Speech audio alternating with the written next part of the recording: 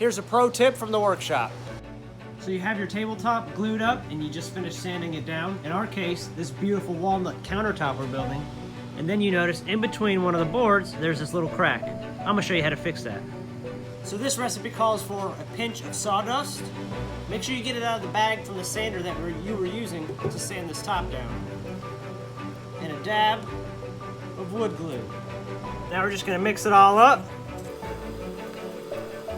until you get a nice pasty consistency like that.